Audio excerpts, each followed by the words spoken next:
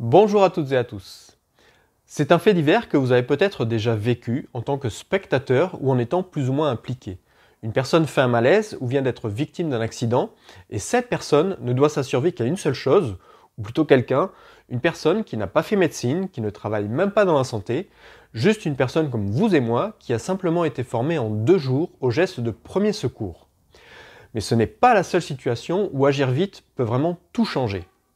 Bon nombre de consultations médicales ont pour origine une infection. Qu'elle soit virale, bactérienne, parasitaire ou fongique, une infection est une course contre la montre entre l'organisme pathogène et vous.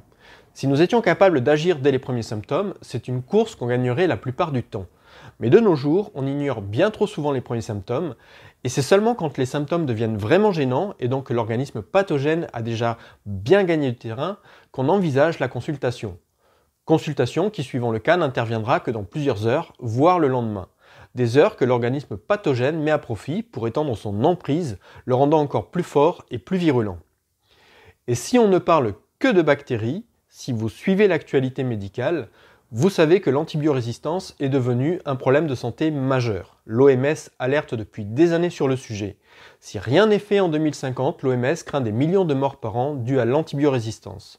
Je vous mets dans la description le lien vers le site de l'OMS parlant de l'antibiorésistance.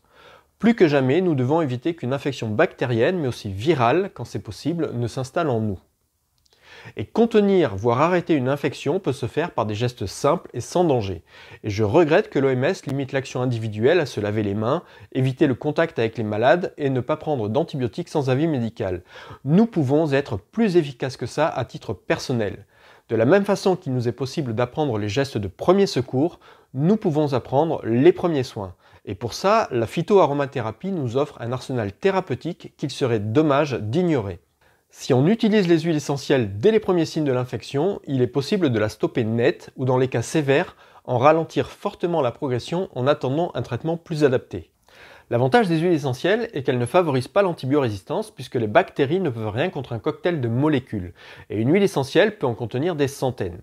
Il a même été démontré dans plusieurs études que les antibiotiques sont encore plus efficaces lorsqu'ils sont associés à des huiles essentielles. Je vous mets quelques références d'études en description.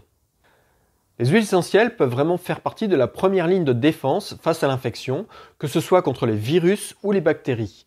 Apprendre à utiliser les plantes et les huiles essentielles de manière sécuritaire est à la portée de toute personne qui le souhaite, après une formation adaptée. Et c'est ça qui m'anime, qui m'a donné envie de quitter un boulot confortable pour être en accord avec ce que j'aime faire. L'envie de transmettre le savoir des plantes médicinales pour que chaque personne qui le souhaite puisse être le premier maillon efficace de la chaîne de soins. Avec quelques huiles essentielles et quelques plantes, chaque personne est en mesure d'agir pour la santé, de faire les premiers gestes de soins qu'il est possible de faire, de le faire en toute responsabilité et en ayant conscience des limites. Car il ne s'agit pas de se détourner du système de santé, j'insiste bien sur ce point, mais bien de l'optimiser par une plus grande responsabilisation.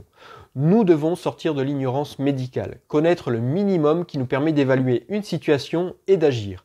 Que le premier réflexe ne soit plus forcément de prendre rendez-vous, mais d'être capable de comprendre quand une situation est de notre responsabilité.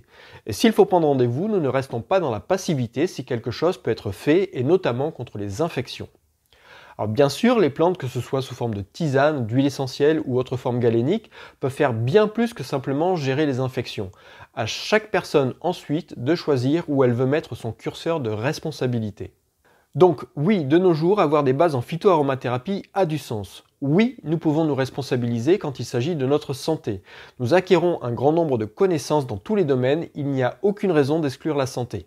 Si vous souhaitez regagner la part d'autonomie et de responsabilité qui est la vôtre, n'hésitez pas à suivre des chaînes consacrées à la phytothérapie, à l'aromathérapie. Il y en a plusieurs de qualité sur YouTube. Et si mon approche vous plaît, si vous avez aimé les conseils que je donne dans mes vidéos, sachez que j'envoie également une newsletter en début de mois remplie de conseils pour utiliser les plantes sous différentes formes. Vous pouvez vous y inscrire via mon site. Le lien est dans la description de la vidéo. Et si vous ne savez pas par où commencer, vous pouvez commencer par là.